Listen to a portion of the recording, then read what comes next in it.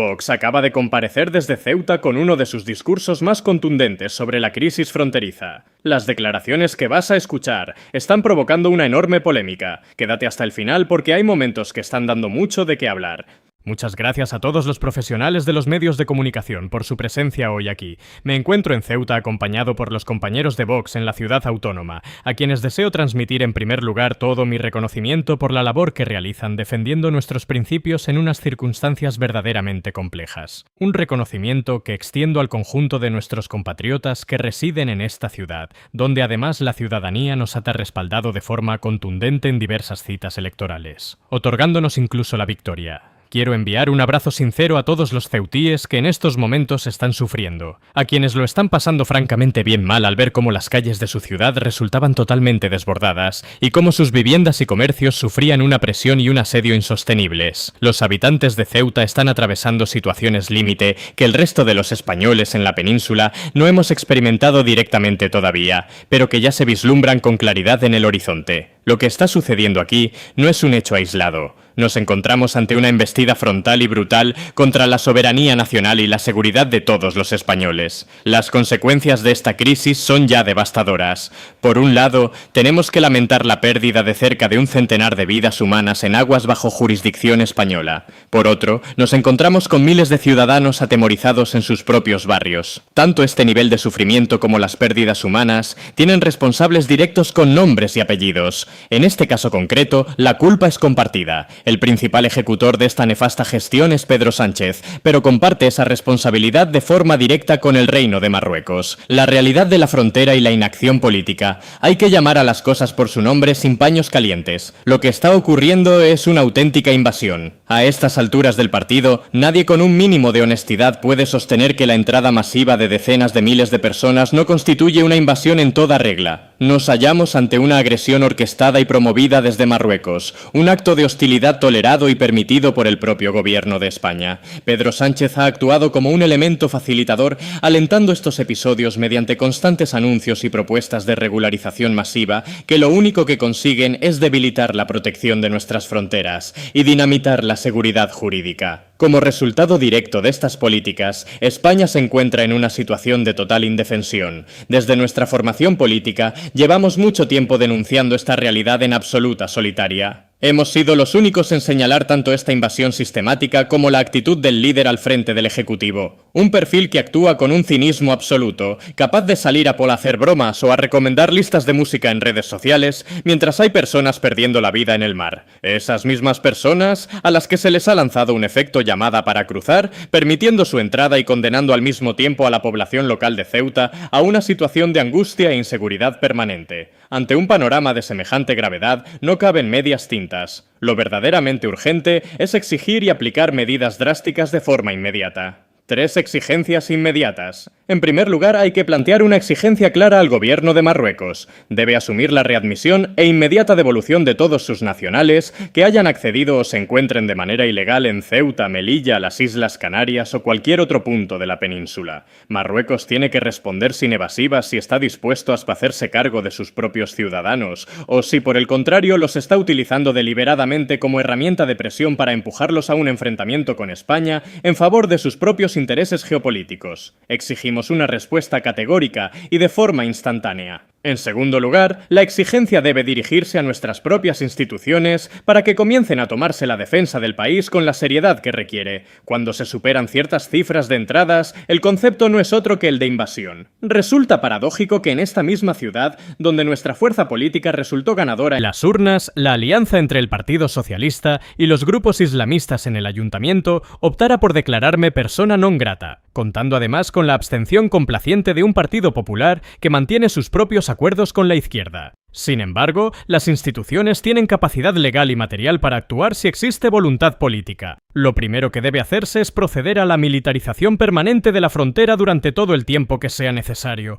Hay que dotar a nuestras Fuerzas Armadas, a la Policía Nacional y a la Guardia Civil de los recursos materiales, el respaldo jurídico y los cambios legislativos indispensables para que puedan ejercer una defensa real, efectiva y firme de la demarcación fronteriza. España debe proyectar hacia el exterior, y de forma muy clara hacia Marruecos, el mensaje inequívoco de que va a proteger su integridad territorial con absoluta determinación. En tercer lugar, es imprescindible decretar el cierre total y definitivo del paso fronterizo hasta que las autoridades marroquíes ofrezcan garantías firmes de que no se repetirán episodios de esta naturaleza. Esta situación solo genera tragedia, ruina económica y quiebra de la convivencia. Defender esto no responde a una postura ideológica, sino al más elemental sentido común: la exigencia a Europa y el origen del conflicto. Todas estas actuaciones que acabo de detallar son urgentes y de absoluta necesidad. Sin embargo, no podemos librar esta batalla completamente solos en el ámbito diplomático. También debemos requerir el respaldo firme de las instituciones comunitarias.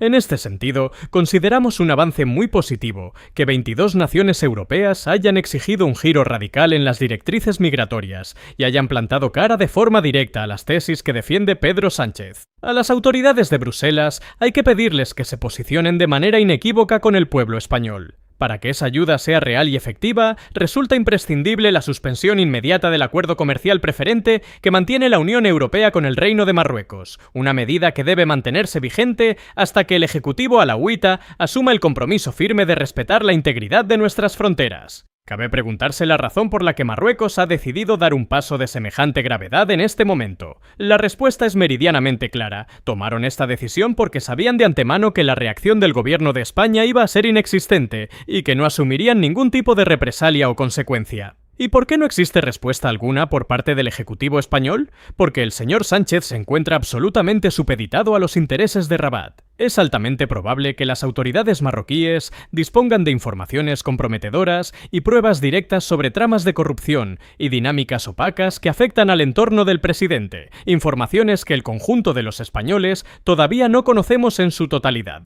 La urgencia de exigir responsabilidades políticas y judiciales. Por consiguiente, aunque el paquete de medidas fronterizas que proponemos es inaplazable, lo que resulta verdaderamente prioritario es sentar a Pedro Sánchez en el banquillo de los acusados. Debe rendir cuentas ante la justicia por todos los escándalos de corrupción que pretende maquillar o tapar aprovechando cualquier coyuntura crítica, ya sea una crisis sanitaria, un conflicto internacional, un desastre natural o un episodio de invasión fronteriza.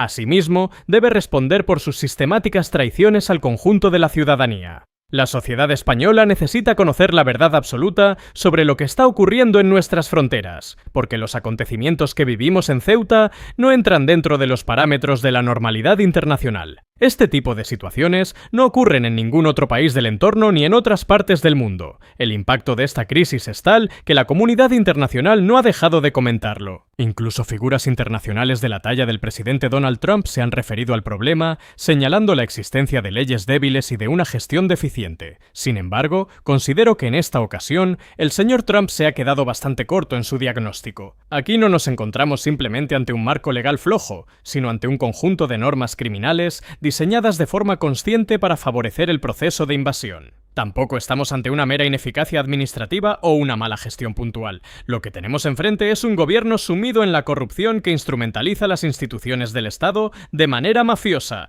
con el único objetivo de blindarse ante las investigaciones judiciales que acorralan al propio Ejecutivo. A todo esto, hay que añadir otros factores que erosionan sistemáticamente la seguridad de la frontera, como la actuación de determinadas organizaciones no gubernamentales que terminan colaborando directamente con los entramados de tráfico de seres humanos, los llamamientos a procesos masivos de regularización o el sometimiento sumiso ante las exigencias marroquíes. Nuestra presencia hoy aquí responde a la necesidad de proclamar con firmeza que existe una alternativa viable. Si esa vía alternativa no se implementa, es únicamente por la falta de voluntad de la clase política tradicional. Los españoles, y muy especialmente los vecinos de Ceuta, deben tener absoluta claridad sobre cuál es la hoja de ruta que defiende nuestra formación. Inseguridad, colapso y aislamiento internacional. Profundizando en las declaraciones internacionales a las que hacía referencia, insisto en que el análisis de que se trata de leyes débiles resulta insuficiente. Estamos ante una legislación que colabora abiertamente con la inmigración ilegal y con dinámicas de entradas masivas que nuestro país sencillamente no puede asimilar. Esto no genera únicamente problemas graves de delincuencia e inseguridad en los barrios, acarrea además el colapso absoluto de nuestro sistema sanitario, agrava severamente la crisis en el mercado de la vivienda y destruye el tejido social y la convivencia armónica. Por otra parte, la cuestión no se reduce a un error de gestión. Estamos ante una estructura de gobierno acorralada por causas judiciales, con parte del entorno directo del presidente bajo investigación o implicado en procesos penales. La magnitud real de la crisis que atraviesa España supera con creces el conocimiento que desde el exterior puedan tener líderes como Donald Trump. Durante los últimos días he mantenido contactos directos con numerosos mandatarios y líderes internacionales, y continuaré haciéndolo en las próximas fechas. Considero indispensable realizar esta labor pedagógica en el exterior, para transmitir de primera mano la dimensión real de los acontecimientos en España. La preocupación en las cancillerías extranjeras es máxima, aunque afortunadamente podemos celebrar que, bajo el liderazgo de figuras como Giorgia Meloni, más de una veintena de naciones europeas hayan estampado su firma en un documento conjunto para frenar el rumbo migratorio que abandera Sánchez y exigir un giro radical a las instituciones comunitarias. Abandonados sobre el terreno. La realidad en las calles. En relación con los pronunciamientos de la jefatura del Estado, no he tenido ocasión de analizar una declaración formal o un comunicado oficial, únicamente los extractos recogidos por la prensa. En cualquier caso, es evidente que existe una honda preocupación por la estabilidad de la zona, una inquietud que compartimos de forma rotunda. La defensa de la integridad de Ceuta y Melilla, así como el resguardo de la seguridad y del tejido económico de sus habitantes, debe constituir una prioridad ineludible para el conjunto de las instituciones del Estado. Lamentablemente, la sensación que experimenta la ciudadanía en estos momentos es de absoluto abandono. Al recorrer las calles de Ceuta en compañía de los representantes locales, la imagen que se percibe resulta sobrecogedora. Aunque el escenario no muestre la violencia desatada de jornadas anteriores, el panorama continúa siendo francamente alarmante. Decenas de personas deambulando sin rumbo por el casco urbano, servicios públicos colapsados, suciedad acumulada y episodios muy graves de ocupación ilegal y de asaltos a propiedades. Es una situación sencillamente inaceptable para una ciudad española. Por otro lado, resulta revelador observar la escala de prioridades de la presidencia del gobierno. Mientras se vive un episodio de esta magnitud, se opta por eludir el debate parlamentario y refugiarse en residencias oficiales. Si expresara de forma cruda la opinión generalizada de la calle, reflejaría el sentir de la inmensa mayoría de los ciudadanos ante un perfil que da la espalda de forma sistemática a los problemas reales del país. Nos encontramos ante una actitud incapaz de asumir responsabilidades, que prefiere señalar al estamento judicial o a los servicios de inteligencia antes que dar la cara, retornando a la rutina habitual de publicaciones frívolas en redes sociales mientras los vecinos sufren la falta de protección. Resulta escandaloso constatar que hoy en día existen más efectivos dedicados a la custodia personal de los responsables políticos en sus lugares de descanso que tropas y agentes desplegados para blindar la delimitación fronteriza. Este hecho ilustra con total precisión el nivel de desconexión del Ejecutivo respecto a los deberes fundamentales de la soberanía nacional. Las verdaderas consecuencias de las políticas del gobierno.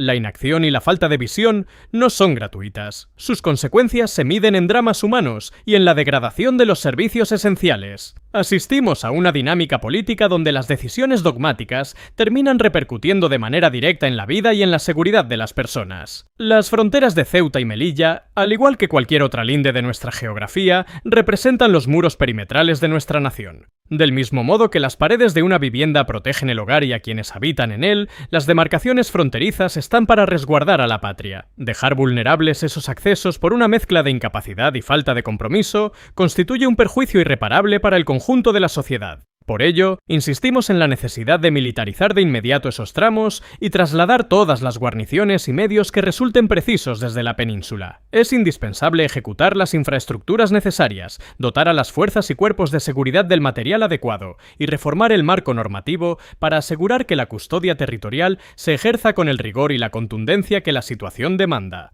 La posición europea e internacional sobre las fronteras, en cuanto a la postura adoptada por otros socios comunitarios, como la decisión del gobierno italiano de reforzar los controles en sus límites territoriales, consideramos que responde a una lógica elemental de autoprotección. La libre circulación de ciudadanos y capitales en el espacio europeo no puede traducirse en una vía libre para la delincuencia o el tránsito descontrolado de personas en situación irregular. El Ejecutivo español ha actuado como un factor de desestabilización en el continente, impulsando medidas de regularización indiscriminada y promoviendo un efecto llamada que termina dinamitando los acuerdos de convivencia europea. Que otros países decidan blindar sus accesos no debe interpretarse como un ataque a nuestra nación, sino como una respuesta legítima frente al descontrol.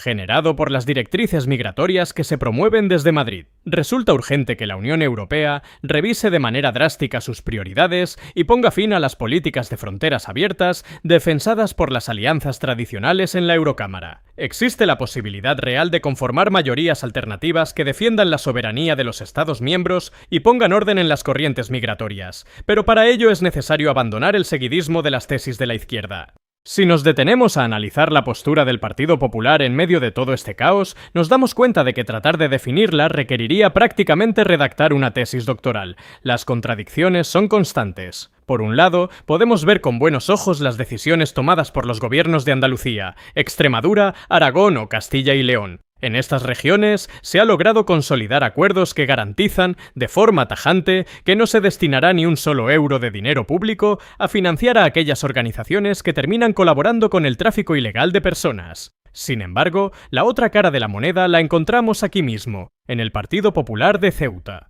Hablamos de una agrupación que no ha dudado en pactar con el Partido Socialista y con facciones islamistas para declarar persona non grata a quienes realmente ganaron las elecciones. Y si levantamos la vista hacia el Partido Popular Europeo, el panorama es un absoluto desconcierto, con posturas completamente enfrentadas sobre cómo debe gestionarse el control fronterizo. Pasando a un tema que preocupa profundamente en las calles, como es el aumento de la inseguridad y los asaltos a viviendas y negocios, nos encontramos con un debate crucial. ¿Qué respuesta se le ofrece al ciudadano honrado? Parece ser que la única recomendación que dan ciertos sectores mediáticos y políticos es que la víctima se limite a llamar a la policía, incluso si tiene literalmente un arma blanca apoyada en el cuello. Frente a esta postura incomprensible, nosotros lo decimos sin rodeos. Los ciudadanos tienen el derecho absoluto e innegable a la legítima defensa para proteger sus vidas y sus familias ante cualquier agresión violenta. En relación con los balances oficiales sobre las supuestas expulsiones de quienes han cruzado de forma irregular, mi valoración es clara y contundente. No me creo absolutamente nada. Estamos lidiando con un ejecutivo que actúa con metodologías opacas, casi mafiosas, y cuya herramienta de comunicación principal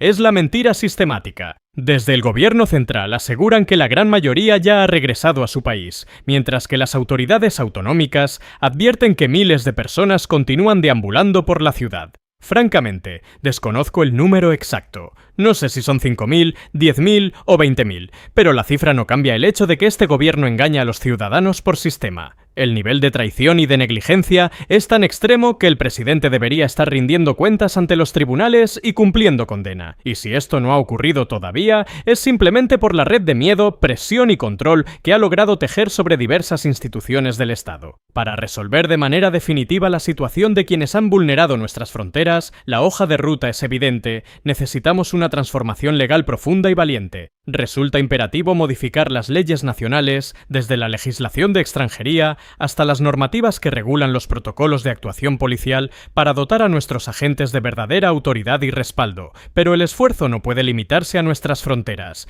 Hay que exigir reformas drásticas en el marco legislativo europeo y revisar sin complejos todos aquellos convenios internacionales que a día de hoy operan como una auténtica camisa de fuerza para la soberanía de las naciones. Esta no es una idea aislada, es una reflexión fundamental a la que se están sumando cada vez más líderes mundiales con sentido común. Defenderemos e impulsaremos absolutamente todos los cambios legales que sean necesarios para proteger nuestra soberanía, garantizar el orden y recuperar la tranquilidad y la seguridad en nuestras calles. Con estas propuestas claras y firmes, me despido agradeciendo profundamente a todos ustedes su tiempo, su presencia y su atención en el día de hoy.